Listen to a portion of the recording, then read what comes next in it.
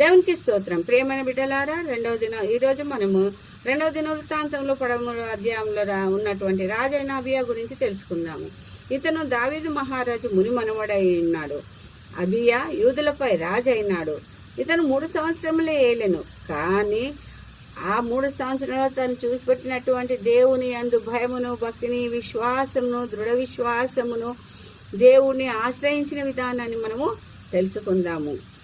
ఇతని తల్లి పేరు మీకాయ. ఆమె గిబియా ఊరివాడైన ఊరియేలు కుమార్తె. ఇతను ఇశ్రాయేలు రాజైన యెరోబాము ఏలుబడిలో 18వ సంవత్సరం నందు రాజైనాడు. అయితే వీరిద్దరికి యుద్ధము కలగగా అబీయా 4 లక్షల పరాక్రమశాలను ఏర్పరచుకొని యుద్ధమునకు సిద్ధమైనాడు. అయితే యెరోబాము 8 లక్షల మందితో పరాక్రమశాలతో వారిపైకి అంటే అబియా సైన్యమునకు ఎదురుగా యుద్ధమునకు వ్యూహపరచెను. అయితే అబియా రాజు, నా వద్ద ఉన్న సైన్యము చాలా కొద్ది, వారిలో సగమే శత్రు సైన్యము ఎక్కువగా ఉన్నది, ఎలా మేము జయమును నొందలేము కదా అని ఎన్నడూనూ అనుకోలేదు. తాను కృంగిపోలేదు, మరియు తన వారిని కృంగిపోనీయ లేదు.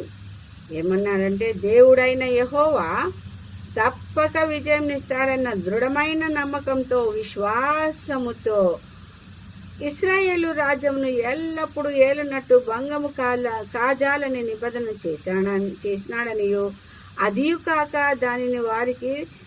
దానిని జరిగిస్తాడనియో మాకు నమ్మకము.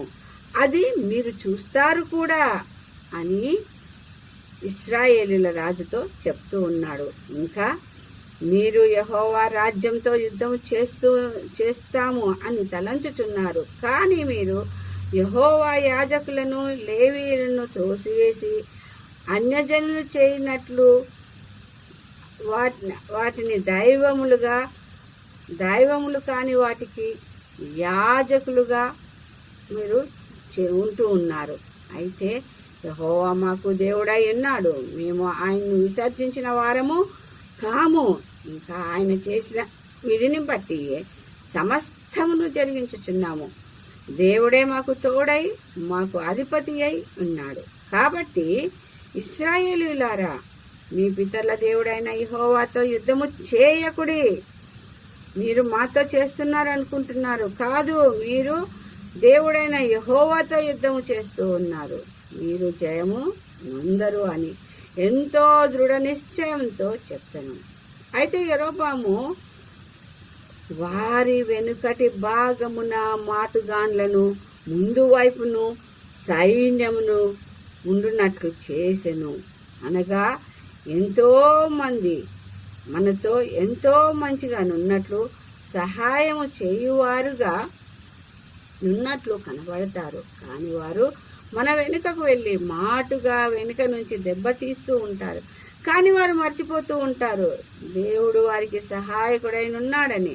అయితే ఈ పరిస్థితులను యూదాయోధులు చూచి ఒక్కరిలో కూడా విశ్వాసము సడలింపబడక యెహోవా యందు భయభక్తులు కలిగి ప్రార్థించిరి, బూరలు ఊది ఆర్భాటించిరి. అక్కడ ఇంకా జయము నొందలేదు. అయినప్పటికీ మేము జయము నొందుతాము, జయము మాదేనన్న సంతోషాన్ని వారు కనపరిచారు. అప్పుడు దేవుడు వారిని అంటే ఇశ్రాయేలు వారిని మొత్తినందున యూదుల ఎదుట నుండి వారు పారిపోయిరి. యూదులు వారిని సంహరింపగా 5 లక్షల మంది హతులైరి. ఈ విధముగా వారు యెహోవాను ఆశ్రయించుటచే జయము నొందినారు. ఆ తర్వాత వారు వృద్ధిని పొందుకున్నారు. అయితే ఈ విధంగానే మనము మన దేవుని ఆశ్రయించినట్లయితే మనకు ఎల్లవేళ్ళ విజయం నొంది మనము అభివృద్ధి నొందుతాము.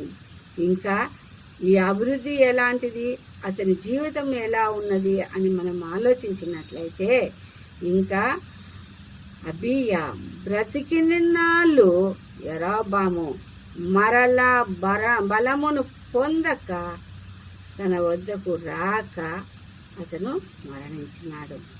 కాబట్టి ప్రియులారా, మన ఎడల కూడా మనము దేవుణ్ణి ఆశ్రయించి ఆయన యందు విశ్వాసం ఉంచినట్లయితే ఎటువంటి సైతాను క్రియలు ఏది కూడా మన యొద్దకు రాదు. ఎవరు కూడా జయమును నొందరు.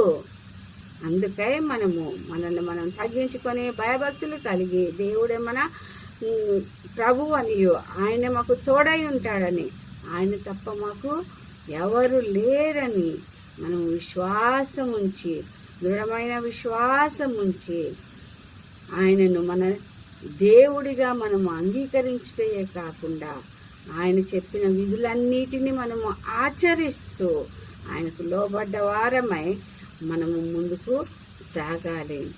ఆ విధముగా మనము చేసినట్లయితే దేవుడు మనకు విజయాన్ని ఇస్తాడు. మన ముందు ఎటువంటి సమస్య ఉన్నప్పటికీ, ఎవరు ఏమి చేసినప్పటికీ మనము ఆయనను ఆశ్రయించిన వారమైతే మనకు విజయమును ఇచ్చి దేవుడు ఎల్లవేళలా మనము బ్రతికినంత కాలము మనకు సహాయకుడై తోడై నీడై మనల్ని ముందుకు నడిపిస్తాడు. ఆ విధంగా జీవించుటకు తన పరిశుద్ధాత్మ తోడున సహాయం మనకు అనుగ్రహించింది కాక ఈ కొద్ది వాక్యమును దేవుడు దీవించింది కాక. ఆమేన్, ఆమేన్, ఆమేన్.